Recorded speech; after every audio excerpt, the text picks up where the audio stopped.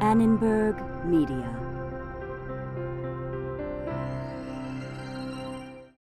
Additional funding provided by the people of Dow, the company that lets you do great things. The 8,000 scientists of the Eastman Kodak Company. The Exxon Education Foundation on behalf of Exxon scientists. And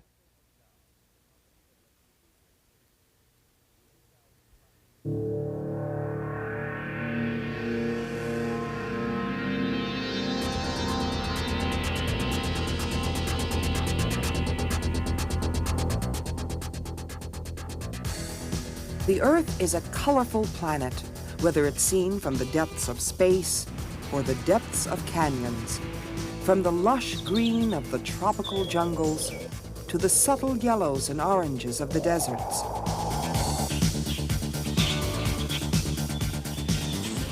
We can look at our own development in many ways: music, art, ideas, technology, even color, because our use of color has played an intriguing role in advancing civilization.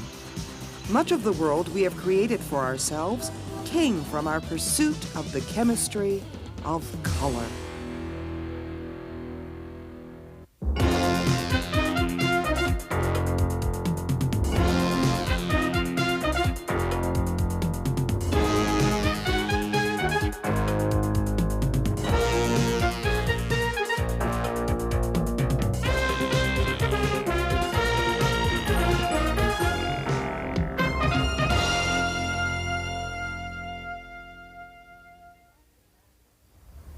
Try to imagine a black and white world. It's nearly impossible to do so. Color is such an essential part of nature. It's there in a steady background of the living green or the blue sky, or in the highlights of flowers or of birds. The complex brain which distinguishes humans still depends on the senses. So it's no surprise that that feature of the visible world which gives it variety, namely color, should have entered our souls. We want color, and that's why we've brought together the plants in this garden. We describe our emotions in the red of anger and the blues. We want color on our walls. I want it in my clothing. But what is color, and how do we get it?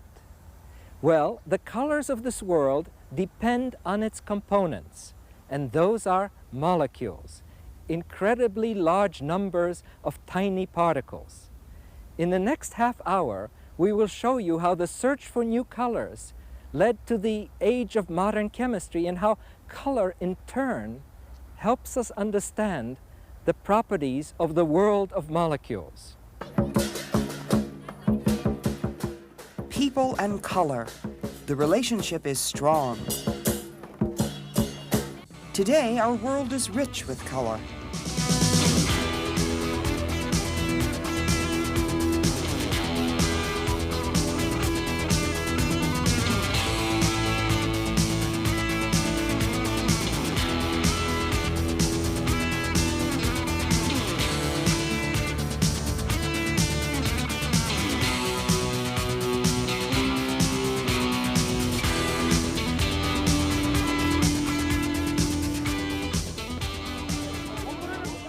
But it wasn't always that way. In their search for color, tribal people turned to roots and berries, insects and seashells, to the earth itself. Humans have been interested in color from the very beginning. Amazingly, it took until the middle of the 17th century to discover what color was and where it came from. Isaac Newton in the late 1660s demonstrated that white light was composed of a mixture of lights of different colors. He did it with prisms. Prisms break white light into its component colors. But why are there colors? What makes red different than violet? Light travels in waves, and each color has its own wavelength. Let's look at red. Here is the wave. The distance from the tops of these waves is called the wavelength. Now let's look at violet. The wavelength of violet is shorter than that of red. It's because light has different wavelengths that there are different colors. Until the 19th century, the colors of the rainbow weren't available to everyone. The blue indigo and red madder root, dyes used to color these Persian carpets, were derived from agricultural crops grown on plantations in India and Turkey. The supply of these dyes depended in part on the weather. The process of coloring yarn was not simple, nor was weaving the carpets. Colorful rugs like these were expensive. The same was true of clothing. Colorful fashions and carpets could be enjoyed by the wealthy, by kings and queens. Ordinary people had to settle for much less. Science historian John K. Smith of Lehigh University.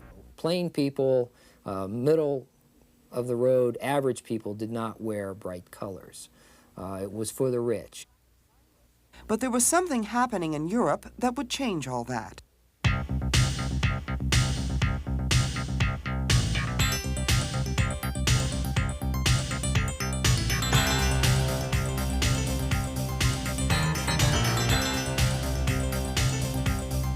Machines.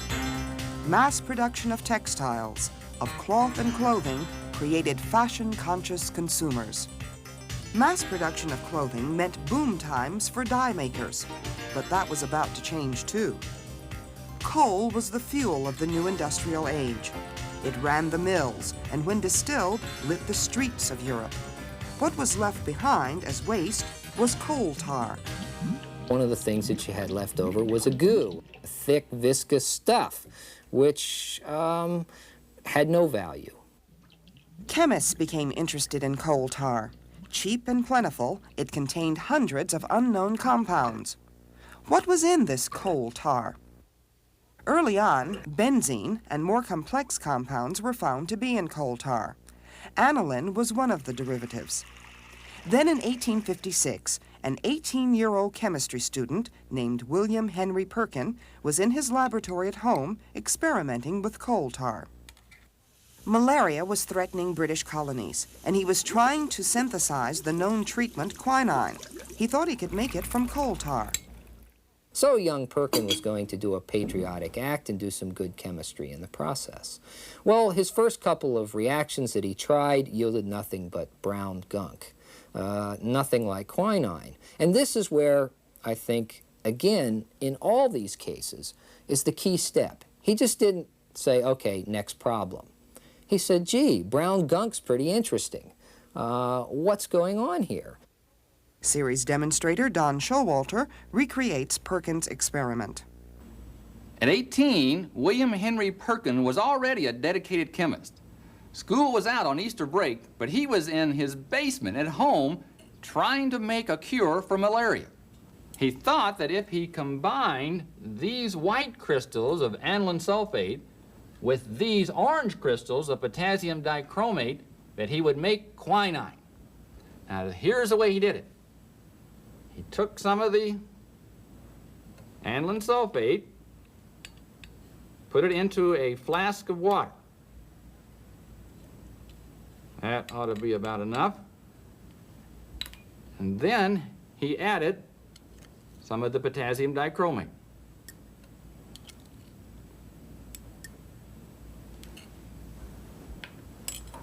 And he mixed it and then heated it in a warm bath. This is the old hot water bath. And he got a reaction, but it wasn't the reaction he was looking for. Instead of quinine, he got this black precipitate that came out of there. He knew that that wasn't quinine, but instead of stopping there, he was curious about this black material and wondered what it would look like, so he filtered it. We'll pour it through the filter paper.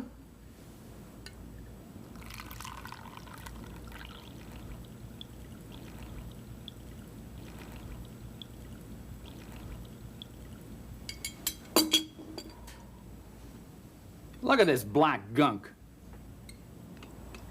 When Perkin dissolved the gunk in alcohol, he noticed the solution had a deep, rich purple color. he was about to make history. Perkin had made a synthetic dye, and it would be all the rage in Paris. At about the time that he was doing his experiments with his purple dye, which the French called mauve, the fashion people had already decreed that purple was going to be the color. It was the trendy color of the time. What was so special about mauve?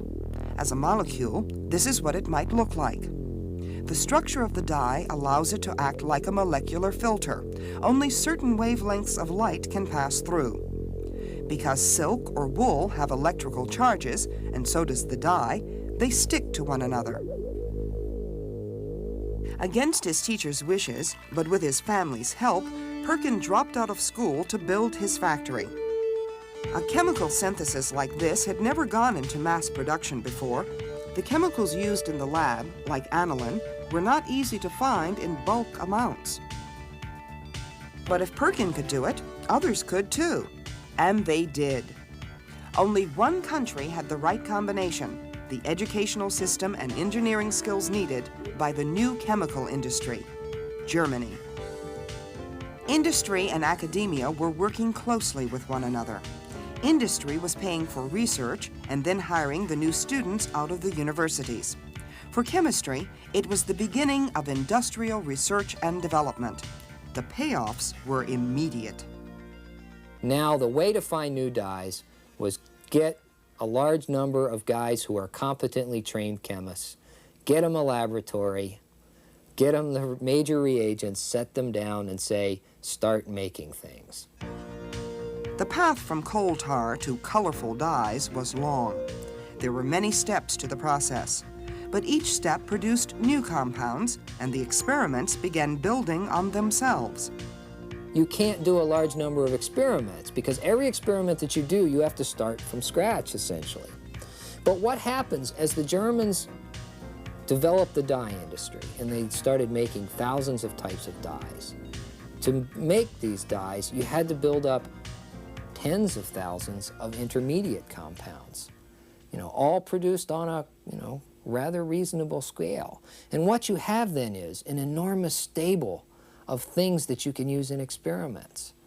And so the combinations, as the base broadens, the combinations just become infinite.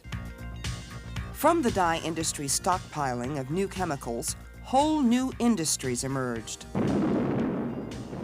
Explosives, fertilizers, and pharmaceuticals. From Perkin on, the connection between color and medicine was strong. But now scientists were able to analyze natural compounds and then synthesize them out of other compounds. Chemistry was becoming an applied science. In 1896, Bayer, a German dye company, manufactured aspirin out of coal tar. By World War I, the German chemical industry was dominant and was producing nearly all of the world's chemicals. It was the power of that industry which sustained Germany through the First World War. Even today, the leading manufacturers of chemicals are those same German companies with origins in the dye industry: BASF, Hoechst, and Bayer. Now there are paints, plastics, pills, fibers and dyes of all colors, brighter colors, and colors for everyone. The early years of chemistry were exciting ones. Not only new dyes, but flavors, pharmaceuticals, all kinds of useful molecules were readily synthesized, almost falling out of the pots of their makers. And 19th century chemists were not only good at making pretty dyes to enliven the world and to make Germany and England rich, they also turned color into a tool for advancing the science of chemistry itself. Early on, it was noted that colors change. Flowers fade, dyes bleach, or some change color when acid is added.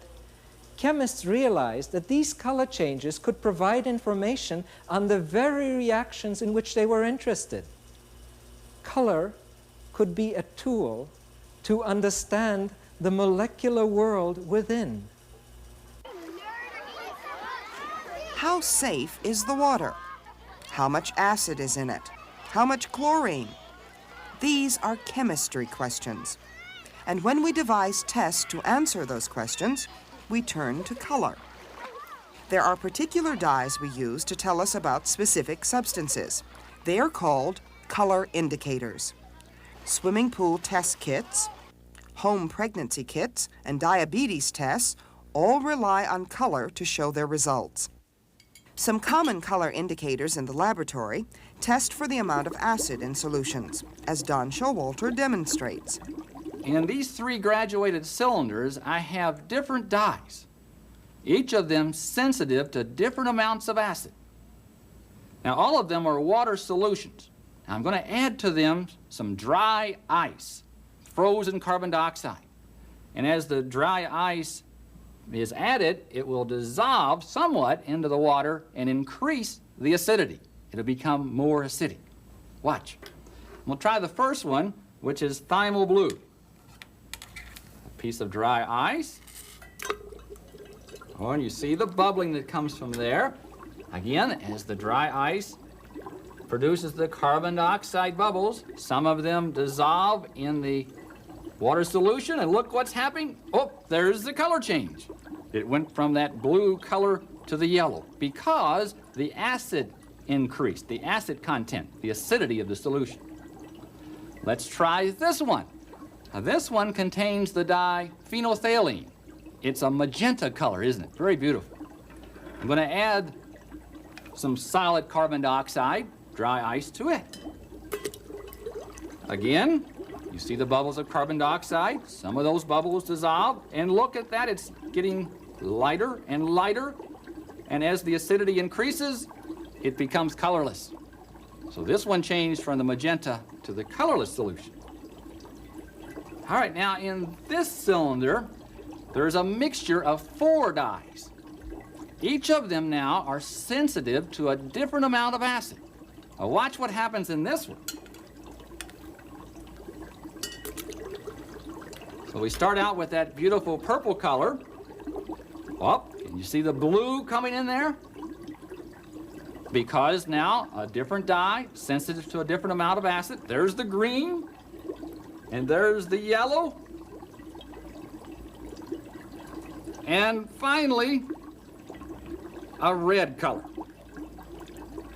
So you see the 4 different colors of the dyes, each of them changing because of the change in the acidity of the solution. So not only can we tell what is in a solution that contains an acid, but we can also tell how much acid is in there by the color change. So you can see that these dyes become a very powerful tool in chemistry for analyzing other chemicals. If we could see a phenolphthalein molecule, it might look like this. Again, it is a small molecular filter allowing only magenta to pass through. But phenolphthalein is sensitive to acid. Changes in acidity cause the molecule to change shape, like this. It becomes 3-dimensional, and its ability to filter light is diminished. There's something else even more intriguing about dyes. At the turn of the century, sicknesses like tuberculosis, syphilis, and the flu were attracting scientific attention. Doctors and biologists searching for cures began using the new dyes to stain their cell samples so they could see them more easily under the microscope. Paul Ehrlich, a young German doctor, noticed one dye which stained only certain cells, leaving others unaffected. He had an amazing insight. What if he could find a dye that would stain only bacteria? And what if he could attach a poison to that dye? Could he kill the microorganisms without poisoning the person? This was the beginning of chemotherapy research. In 1908, Ehrlich was awarded the Nobel Prize. The first disease successfully fought with this technique was syphilis, but his dream of finding the magic bullet that would seek out and destroy all pathogens remains unfulfilled. Biologists and histologists still employ similar procedures. Certain dyes can indicate the differences between cancerous cells and healthy ones. And there are further possibilities on the frontiers of biomedicine. Research in genetics into DNA itself uses color for mapping molecular architecture. Professor Jacqueline Barton of Columbia University. Color provides a very sensitive indicator about what's going on, about the chemical reaction that's forming. And also we can use the color much as a stain, as a handle, to watch what's going on. This is a compound Professor Barton uses to stain DNA.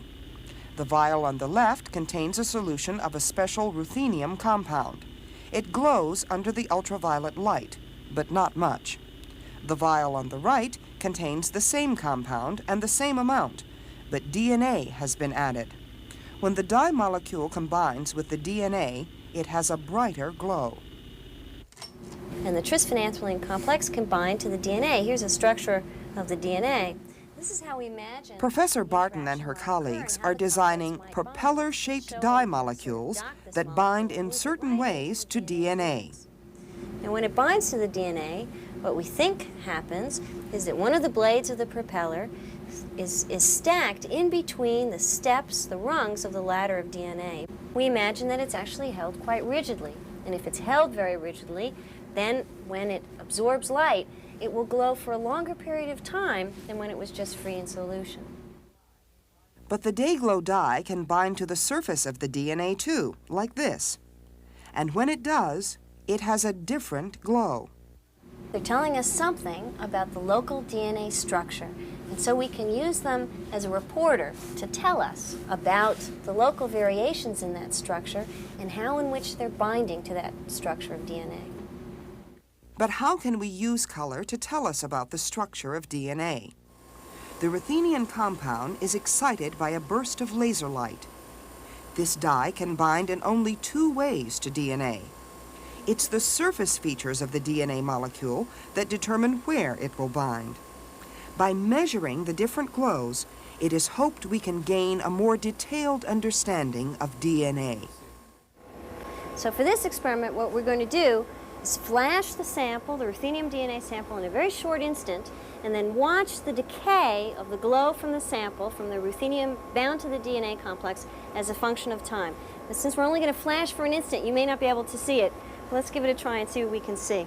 All right. Here's the sample. Ah, there was one flash. Did you get that? All right, it's going to do it again. Okay, there it went again. Now let's see whether or not we can see what the computer's seeing in all this. Okay, so now we can see this.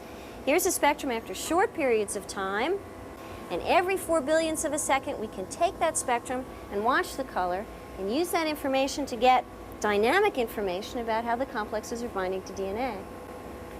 This becomes our probe, our way of looking in detail and looking sensitively at the structure of DNA, doing it in ways that we just can't do it with our eyes.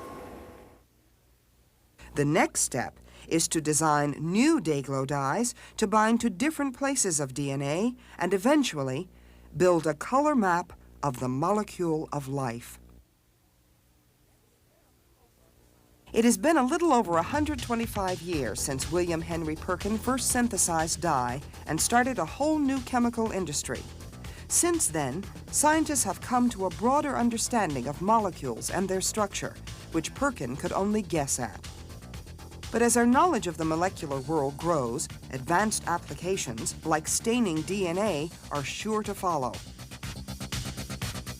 These experimental greenhouses have panels with fluorescent dyes. Plants need red or blue light to grow. The dyes on these panels take green light and turn it into red light. This helps the plants grow faster and be healthier. Even more exotic experiments are underway. Dyes might make solar energy more efficient. The dyes in these solar panels direct the sunlight to the edges, which are lined with solar cells. This means fewer cells are needed to generate electricity. Increased crop yields to feed an ever-expanding population, and electricity from the sun, and unraveling the mysteries of life itself, all with the chemistry of color. We have seen the relationship between color and the world of chemistry. Color is not magic, In there are molecules absorbing and reflecting light. And chemistry is the science of those molecules. Because it is a science, common sense, good hard facts, and logical thinking count. But so does intuition, and so does serendipity, the accidental discovery, a clever mind like that of William Henry Perkin to follow it up. Perkin was prepared for what he did by study with the great German chemist August Wilhelm von Hofmann, no relation to me. And what Perkin did was not in a vacuum. Within a space of just a few years, several groups of German chemists were competing effectively with him. The German firms organized research teams to take basic knowledge into practical applications. For instance, to make a dye that could surpass natural indigo. The elements of this story, education, a chance discovery, its exploitation, collaboration, and competition, these are the hallmarks of modern chemistry.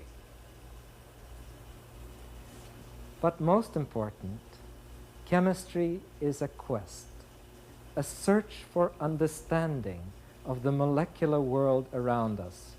It's an exciting search. Think of Perkin when he first made that dye, and then by changing the reagents, if he could get a different color. And you could feel Dr. Barton's excitement as she probed the ways to map out DNA with color. We will learn more about our molecular surroundings as we explore the world of chemistry.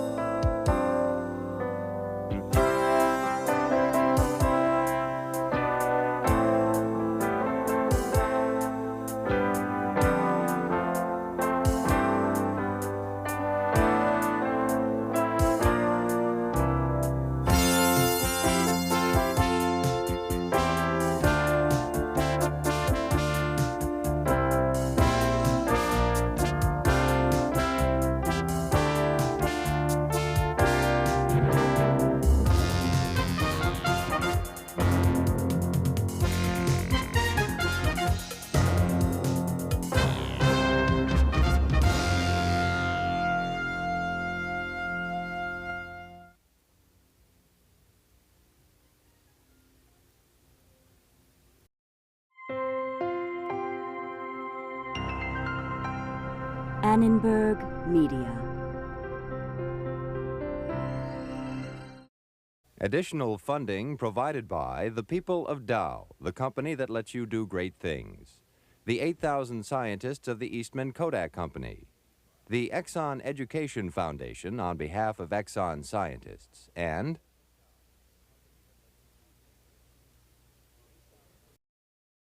For information about this and other Annenberg Media programs, call 1-800-LEARNER and visit us at www.learner.org.